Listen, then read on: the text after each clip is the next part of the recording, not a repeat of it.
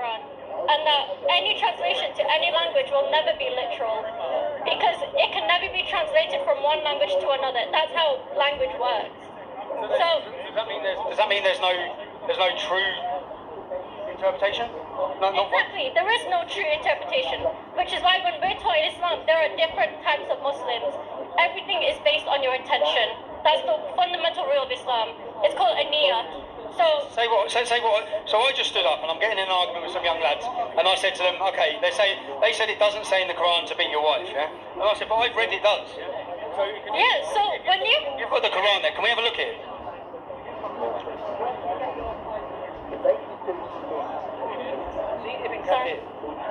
Sorry? See Ibn Kathir?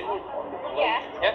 So, I'll tell you something now about him, yeah, with what he says. Okay? See, this is a new book I bought. So I'm still learning. Okay, so Ibn Kathir is one of the most recognised, as you'll agree, one of the most renowned Saudi scholars, yeah?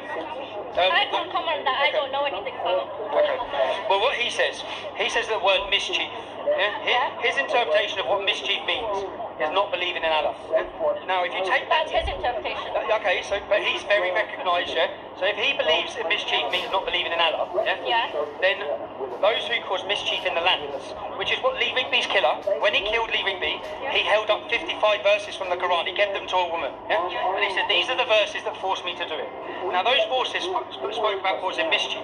He said that Lee Rigby caused mischief in Muslim lands, yeah? Which I'd agree, like any British army going into a Muslim country, I'm against the British army going into those countries, but according to him, yeah, being a non-Muslim means you can be killed. That's what mischief means. And that's his. I know you talk about interpretation, but the actual person you've got there, that's what he says. See, but that's what I'm saying. That's his interpretation. No, he's one of the most recognised followers, Ibn Kathir. But just like that, you're one of the most recognised British nationals. Yeah. But that doesn't mean that something that you will interpret within the fundamentals of fundamentalism of British. If what he says wasn't right, or Muslims had a problem with it, you wouldn't have it here and be buying it. It wouldn't be for sale in all the Muslim bookshops across this country. Boston wouldn't be promoting it, which they are. Yeah? His interpretation of mischief is being non-Muslim, which means, as a non-Muslim, you can be killed. That's right. Can we go back to that verse? Yeah. Just so we can see. So, because that's what. See, and obviously the way that you've read it, it's translated differently. So let me read it. Yeah. Men are in charge of women because Allah has made one of them excel the other. So men are better than women. Men are in charge of women because they spend on their property. So good women. For the support of women. Good women are obedient, guarding in secret with which Allah is God. As for those for whom you fear rebellion, so women who are not doing as they're told. Rebellion doesn't mean not doing. Okay, admonish them and banish them to beds apart and scourge them. What does scourge them mean in your interpretation? Scourge, that's what I mean. Interpretation. Scourge can be don't treat them as well, as in don't give them the goodness, don't give them anything to benefit from. But that's my interpretation. Someone else. Say if I show you now, there's video. Say for example, do you know Abdul Rahim Green? Do you know a charity called IRA? No, I don't. The biggest Islamic charity. Okay. He's on video, many of them are. And the argument they have is that when they're talking about beating your wife, they say it's with a miswak. They say it's with a miswak. Okay. Then you go to the hadith where it says with a miswak. But what I'm saying is when I'm talking to Muslims, say, well, it says you can beat your wife. Yeah. And you can go online now and Google many. That's what. When I'm learning it myself, people have different interpretations. Let me show you first. So I asked, does it say in the Quran if you kill one man, you kill all of humanity? Yeah. What's that? Go to 532. Is that where it says it? 532. I can't say where it is. Surah Al-Baqarah? 5. Surah Al-Fatiha is there as well. Surah Al-Fatiha. And the last one is there as well. Do you think I hate you? No, I don't think you hate me. I just think you're misinformed. Okay. And you have not misinterpretation, different interpretations of the Quran, just as so many do. But did you live in Just like I have a different interpretation of the Bible, which is why I don't believe in the Bible. Can I just show you what the meaning of scourge is? Yeah? Whip used as an instrument of punishment. Scourge. That's what the definition of the word. You can understand why this. But then it can also be causing suffering. Suffering can be doesn't have to be physical. It could be. What if they weren't going to be abused? Basically, what that verse says. But that's what I'm saying. Men own Not women. everything is a literal translation. It's depending on interpretation. Just how when he researched something up, it didn't say exactly what I've got here. They're written in different ways, and every single language. It's What's 532? 532. Yeah.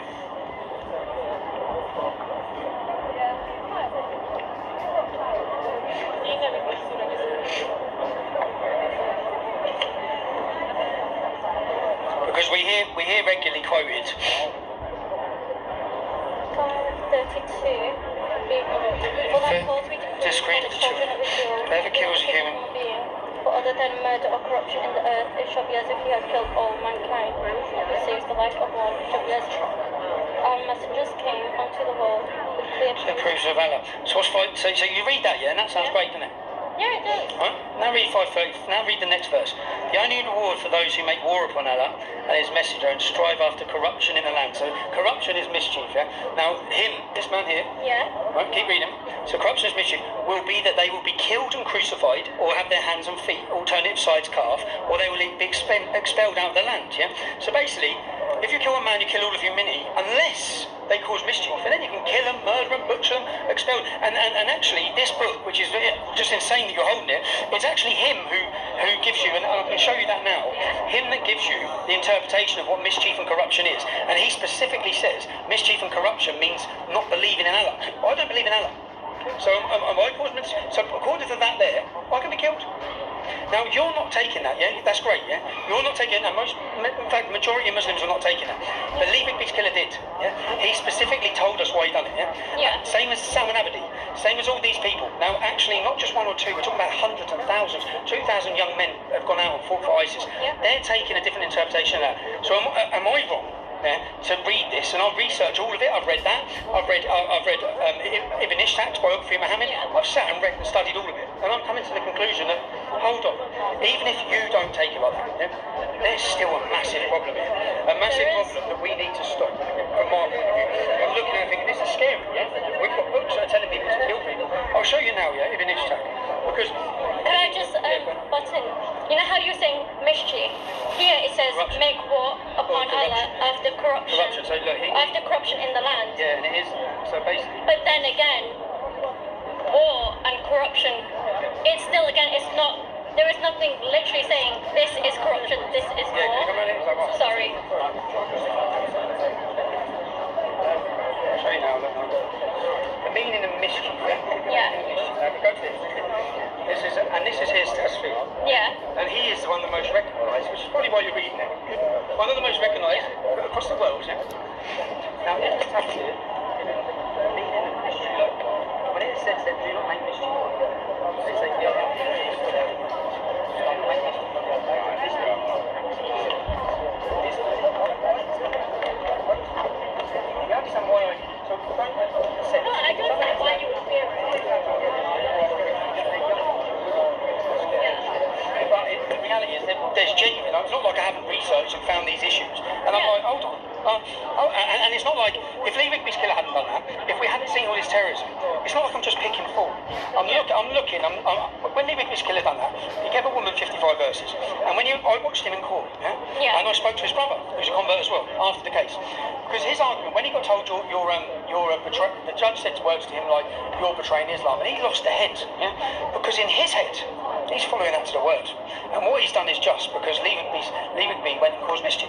Yeah. So he sees himself as he's fighting a fight, yeah? And he's a soldier. That's how he viewed it. Yeah? As the 2,000 Muslims that went to fight for Syria, that's how they viewed it. Yeah. As all of these men are viewing it. So my point is, we need to stop this. And to stop it, we need to understand this. And as soon as I try and talk about this, or Muhammad, people go mad. People do go mad, but one thing as well, when you're trying to stop something like that, you go and look at statistics on what are the common, not just within Islamic extremism, with terrorism overall, what are the most common Reasons for it? What do you mean? not reasons, what are the most common factors you see with these people? Most people are young men who are from vulnerable and deprived backgrounds. That does not mean The two men who drove the car into Glasgow Airport were doctors. They were Many of doctors. the people have been highly educated and highly wealthy. exactly, they Not have just like- been, yeah. but most have come from these backgrounds. Then you've got to find out what is getting in common with these people who are being deprived. They don't have resources to fix the problems that they're dealing with when they're in these vulnerable situations. Okay, so if that was the case, how come loads of non-Muslim, say like young black youth who are from the most deprived backgrounds in the country, the most abused, the most targeted by police and all these things, how come they're not blowing anyone up? That's the thing. It doesn't all lead to extremism. It will lead to different sorts of criminal activity and different sorts of... I'm saying it's this. That's what You're saying it's this. I'm saying it's... No, I'm not saying it's this. All the men that do it say it's this. All the men that go and commit acts of terrorism say it's this. They say it's Mohammed. So I'm simply saying, okay, we have 22,000 British in Britain. We have 22,000 Muslims on a watch list, yeah? Right. A terror watch list. That's a small army. Yeah? That's no longer about 1, 2, 5, 6. Being on a watch list doesn't mean you're guilty of being a terrorist. No, it doesn't. But say the 3,000 watch list. The top 3,000 people on that watch list, the most at threat, the most risk. Yeah. The last 4 terrorist attacks weren't even from people in the top 3,000. They're from people who weren't even being watched outside of them. Exactly, which shows that there's a fault in the way that we're dealing with it. Too many. It shows that there is a fault in how we're dealing with it currently. And I personally know people who are getting involved in dealing with terrorism and are helping the government. Obviously, I can't say who they are. And even whenever, so I understand where we come from. Even in, say, like what's his name, McDonald, who used to be the head of diversity, who done What Do British Muslims Really Think, the Channel 4 documentary. Did you watch it? No, I didn't. 66% of British Muslims said they would not report on another Muslim who was getting involved with ISIS. It's a lot. 66%. There's 2 million Muslims in this country who would not report. Imagine what that's. And in fact, it should be like it for yourself, because even in your. And that is an issue, and that is something that we need working on. And it's similar to rape culture. Then if you take verses from this book, it says that you cannot side with the non-Muslim over the Muslim. Yeah, there's certain verses in here which I try and make sense of. Why won't they report on terrorism?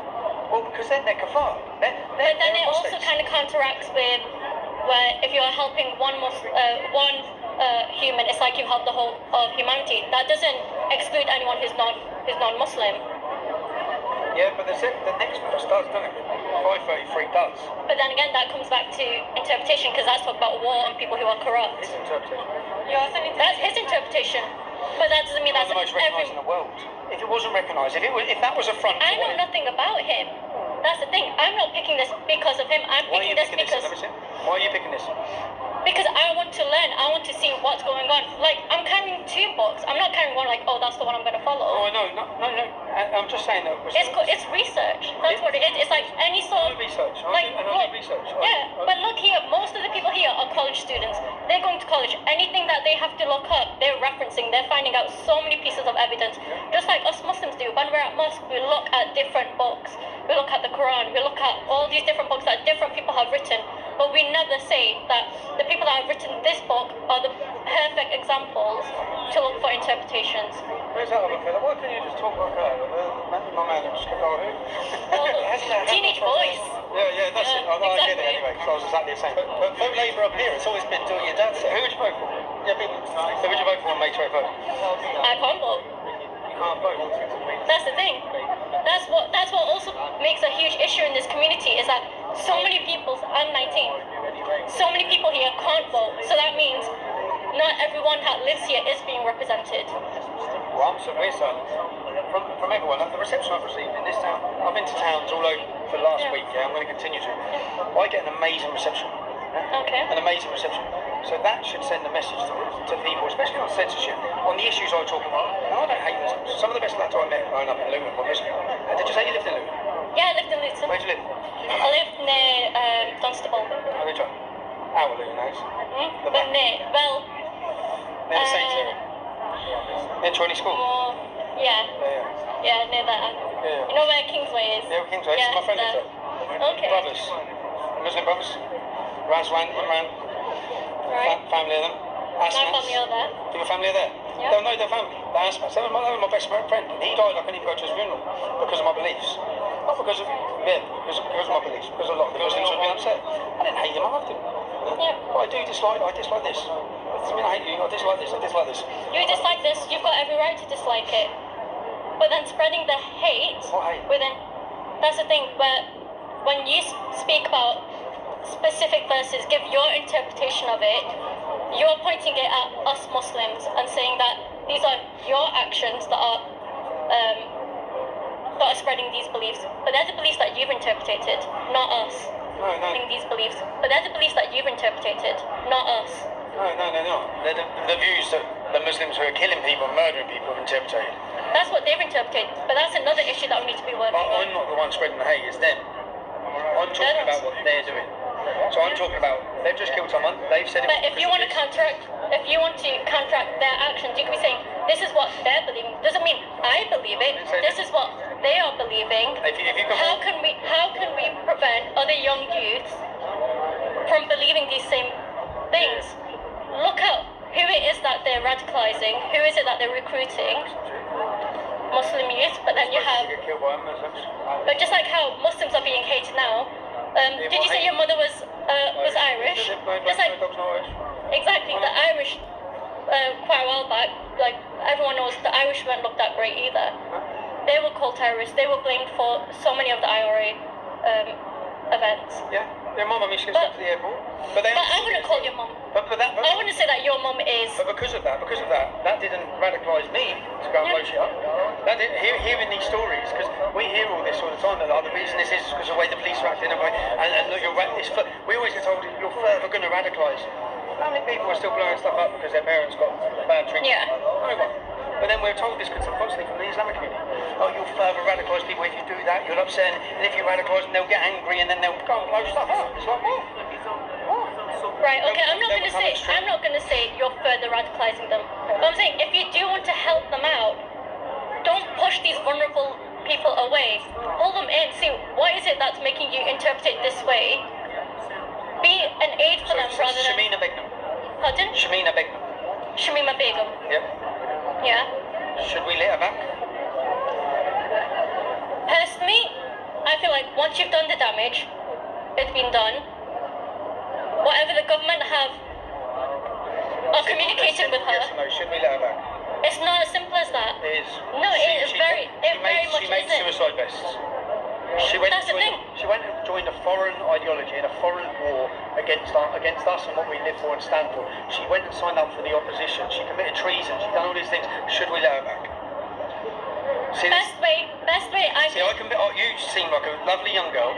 You have completely moderate views, and then on that point, it's like that's where it's like. So we should let ISIS fight us back. But it isn't as simple as that. Because it's like, right, look at, I don't know how to explain it. A gang of,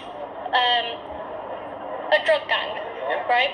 If you have someone who has been very highly active in this gang, and they have information, they have stuff that they can provide for you, you want to bring them in to try and figure out how you can further affect this gang and stop them from affecting the rest of the community. We've already had 500 ISIS fighters come home. Yeah. So they can do that with those 500. But I mean, but things are happening. They're anti-radicalisation courses in jail. They're not working. People going to jail come out worse. All these things is not playing games. Like, I don't want to play games with the security of my country or my people for the sake of. Should we let her back just because she went out there and joined people who killed, murdered, raped? But just because some of it is still happening doesn't mean there is no effect happening with how we are fixing things. I'll say thank you. Alright, sorry, I'm taking right on. No, it's alright, I'll talk to that. Thanks a lot. 8 years since Al-Qaeda-inspired terrorists had last murdered on British soil. On a London street, Michael Adebolajo and Michael Adebowale did this. They ran over Fusilier Lee Rigby, armed with knives and a meat cleaver. Adebolajo tried to behead him. Adebowale hacked at his body. With the blood of his victim on his hands, Adebolajo tried to justify the atrocity. We must fight them as they fight us, an eye for an eye and a tooth for a tooth. Neither man ran, nor did they attack onlookers. Instead, they waited for armed police. They charged at them, later claiming they wanted to be shot dead, believing that would make them martyrs. They were shot, with the officers they tried to kill then treating them. But I think this particular attack is unique in many ways. Because they weren't hiding, they were happy to be found. By Allah, we swear by the Almighty Allah, we will never stop fighting you until you leave us alone. Before I saw anything on the news, I was phoned by my father, who was quite hysterical, and who told me to, turn on the news and get in contact with my mum. So, that's how I found out. It seemed to me that he actually didn't realize the severity of the situation. It seemed as if this was some kind of a YouTube film he had made. Lee was a man who loved people. He had many friends growing up in Middleton. He believed life was for living, and he will be sorely missed by all who knew him. Forensic psychiatrist Randy Rosenquist assessed Norwegian killer Anders Breivik, who also claims he murdered for a cause. She examined footage and documents about Adibalajo to offer insight into why he might have carried out the atrocity. I would think that Adibalajo had very little sense of being great. They have to demonstrate for the world that they are important people. So what, you want to live by the Sharia in Muslim lands? Why does that mean you must follow us and chase us and call us extremists and kill us? A lot of what was said had been said before by not only the 9/11 attackers, but also the 7/7 attackers and others. So I think none of the words we heard were new. Kemaldeep Bui is Professor of Cultural Psychiatry at Queen Mary University and an expert in terrorism and radicalization. Even in the video footage that was caught, he was talking about my people and my brothers. And at one stage he says, our soldiers. And there's a bit of a confusion there in his mind in that moment about who he is and what his identity is. Certainly the cause he seems to be espousing doesn't reflect his own upbringing and experience. Educated in Britain, family of Christian background, Nigerian-born family, although he was born in the UK. And it just doesn't seem to make sense, and I think that's what frightens people. Aged 18, Adibalajo, who was born to a devout Christian family, converted to Islam. Young people growing up confused about what background they actually have, what citizenship, where they belong. They are much more vulnerable to radicalization. We know from the evidence of terrorists that actually many of them have been converts, but we know conversions are common and they reflect, if you like, a fragile identity, a vulnerable identity. When he converted, his outlook on life changed, his treatment towards others. He perceived people as human beings, and I think that's key to how a man who has so much connection to Britain and seemingly has no connection to Iraq and Afghanistan can come to view the blood of those Iraqis and Afghanistanis as his own sisters, his own sons, his own brothers. He was a man who did not take his nationality as something which gave him or any other human value.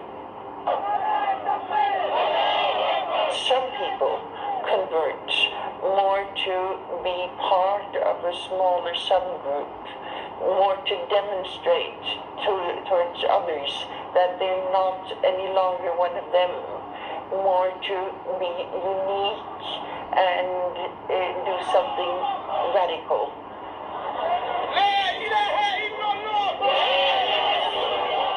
I think that Adibalajo was seeking something which he didn't find. He turned from Christendom to Islam, and he tried to develop that during a 10-year period, but he obviously was not satisfied and had to do something more dramatic. Between us, we decided that the soldier is the most fair target because he joins the army with kind of an understanding that your life is at risk when you join the army. Both Breivik Leivik and Adebolagsho identified themselves as soldiers in a war going on in Europe and the Muslim countries, and they both feel entitled to kill people. Lee Rigby is a man who decided to join the armed forces of Britain to protect what he holds dear. And my brother was a man who decided to also join military resistance in what he holds dear. My view is that Lee Rigby is akin to my brother in that they were both soldiers for their individual, though differing causes. I think that both of these terrorists have to give themselves an identity as soldier to make their criminal actions right. In November 2010, Adebolaja was arrested in Kenya, accused of trying to get to extremist-controlled areas of Somalia. From the dock, Adebolaja alleged he had been mistreated. People, they are mistreating us when we are innocent, believe me. There's been some press also about the possibility of him having been treated badly and possibly abused and tortured when he was in Kenya. Now we know when individuals are experiencing trauma that they can respond to it with a very potent and, again in pathological terms, a narcissistic response where they take charge. At the scene of the attack, expecting to die, Adebolaja gave a suicide note to a witness. Adebolaja in his letter seems to refer to his children. I think the messaging is, if he has children, for them, but also more widely applicable.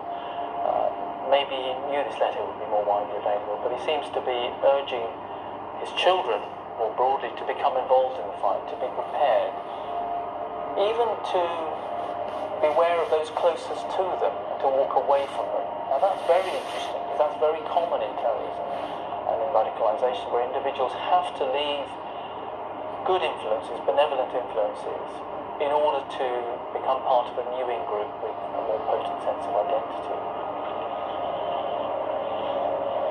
I would think that Adebolagsho has some of the same ideas, but not as grandeur as Breivik. I don't have information that might say that he considered himself a savior of the world, but more a demonstrator.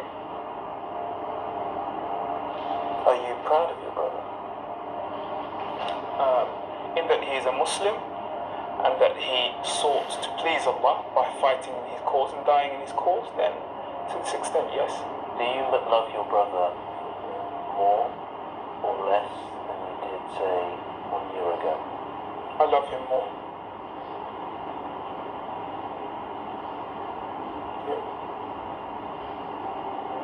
You fought for your country and did it well. You will always be our hero. Adebolaja and Adebowale told the jury they were soldiers of God. The jury decided they were murderers. Now they will serve life sentences. For Lee Rigby's family, their life sentence will be the loss of their loved one. I believe we have to get used to the idea that there are terrorists also in Europe, and the peacefulness we've had in Europe after the Second World War is not to last forever. But we have to remember that there are luckily quite few people who are willing to become terrorists. Days and more than 500 dead bodies ago, as Western leaders sent out warm Ramadan greetings insisting that Islam's holiest month is a time of peace, love, and teddy bears, I once again pointed out the obvious, namely that since Islam's most trusted sources command Muslims to violently subjugate non-Muslims, focusing more intently on Islam during Ramadan will lead to an increase in terrorist attacks, which means that we should all prepare ourselves for a Ramadan bombathon. It would be rude of me to say, I told you so I won't say it. I'll let Will Smith say it for me. You know, somehow, I told you so just doesn't quite say it. Now, I'm not sure what's sadder and more pathetic after a terrorist attack. All of the well-meaning but misguided morons who rush to defend Islam from criticism, or all of the pusillanimous politicians who pretend that they have a plan for dealing with terrorism so that they can dupe enough frightened voters into putting them in charge of the safety of British men, women, and children. Let's start with the misguided morons. Since the attack yesterday, I've had about a dozen conversations that all went like this.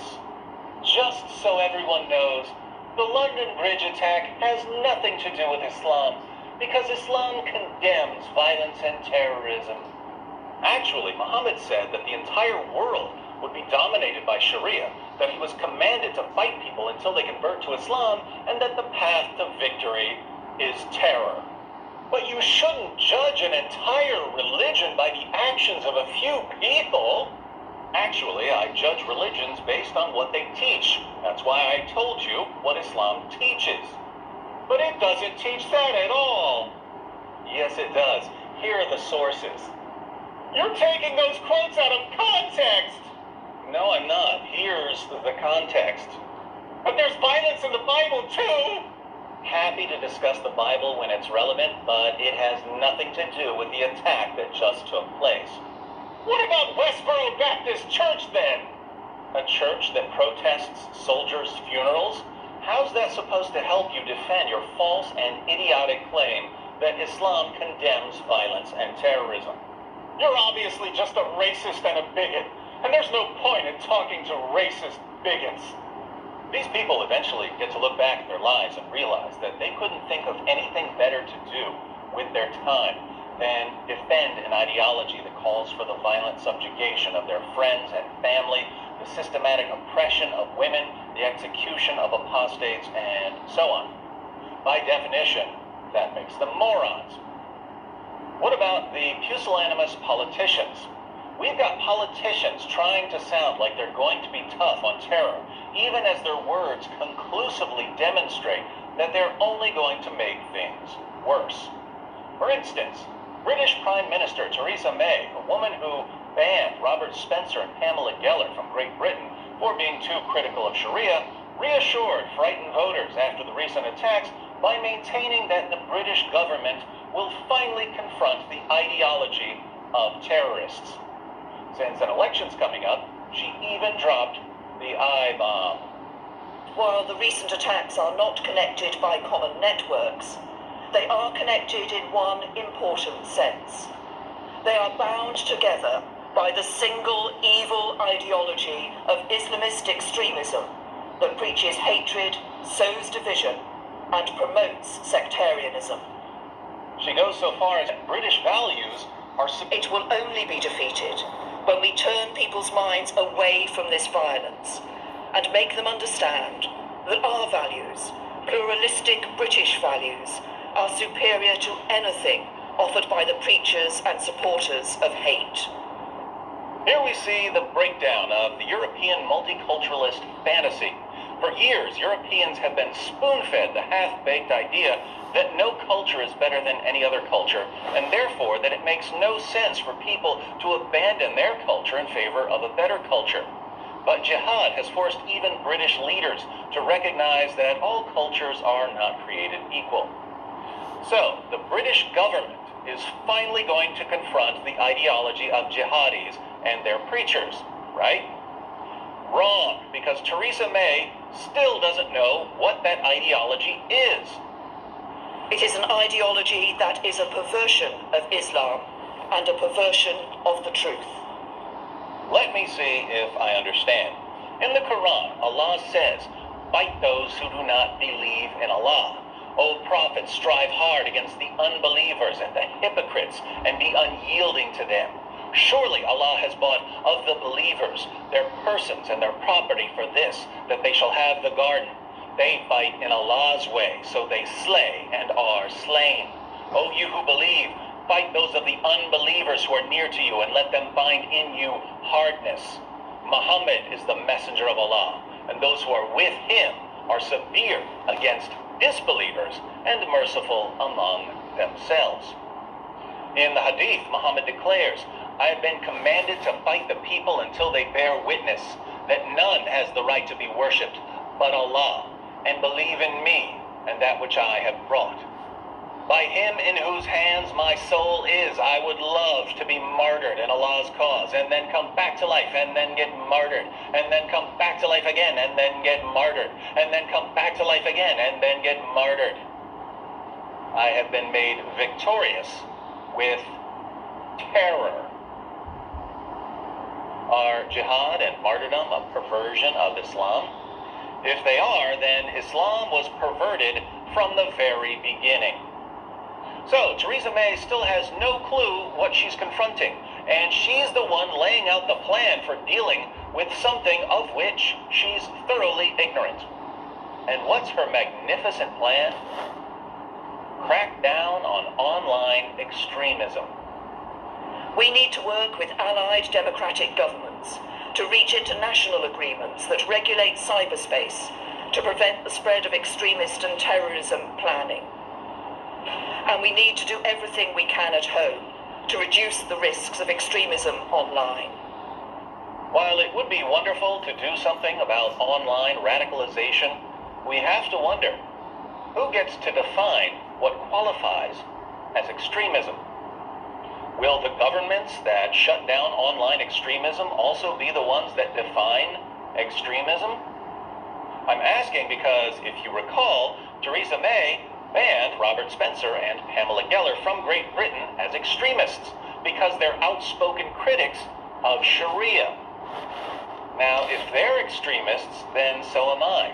So if Theresa May wants governments to shut down online extremism, and we know it's not going to be limited to Islamist extremism, since that would be Islamophobic, and Theresa May views critics of Sharia as extremists, wouldn't critics of Sharia be caught in this online extremist roundup? Of course we would. And what happens when we're no longer allowed to criticize Islam? Islam spreads even more rapidly, leading to more jihad, more concerts bombed, more people run down with vans and trucks, more civilians slashed, more cartoonists murdered, more British girls gang raped, more police terrified to do anything about it, more threats, more intimidation, more of everything Theresa May is supposed to be making less of. To all my British friends out there, I say, you need to come up with a better plan than this, and you need to come up with it quickly. If you don't, then you are, as the French say, les screwed.